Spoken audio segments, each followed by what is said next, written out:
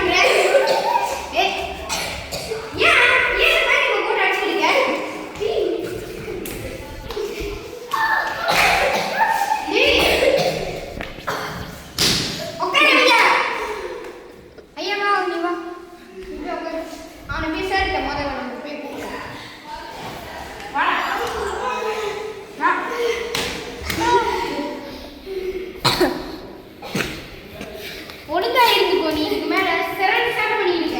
போய் அந்த பையனுக்கு சாரி சொல்லு. முத இதுக்கு மேல செய்ய மாட்டேன்னு சொல்லு.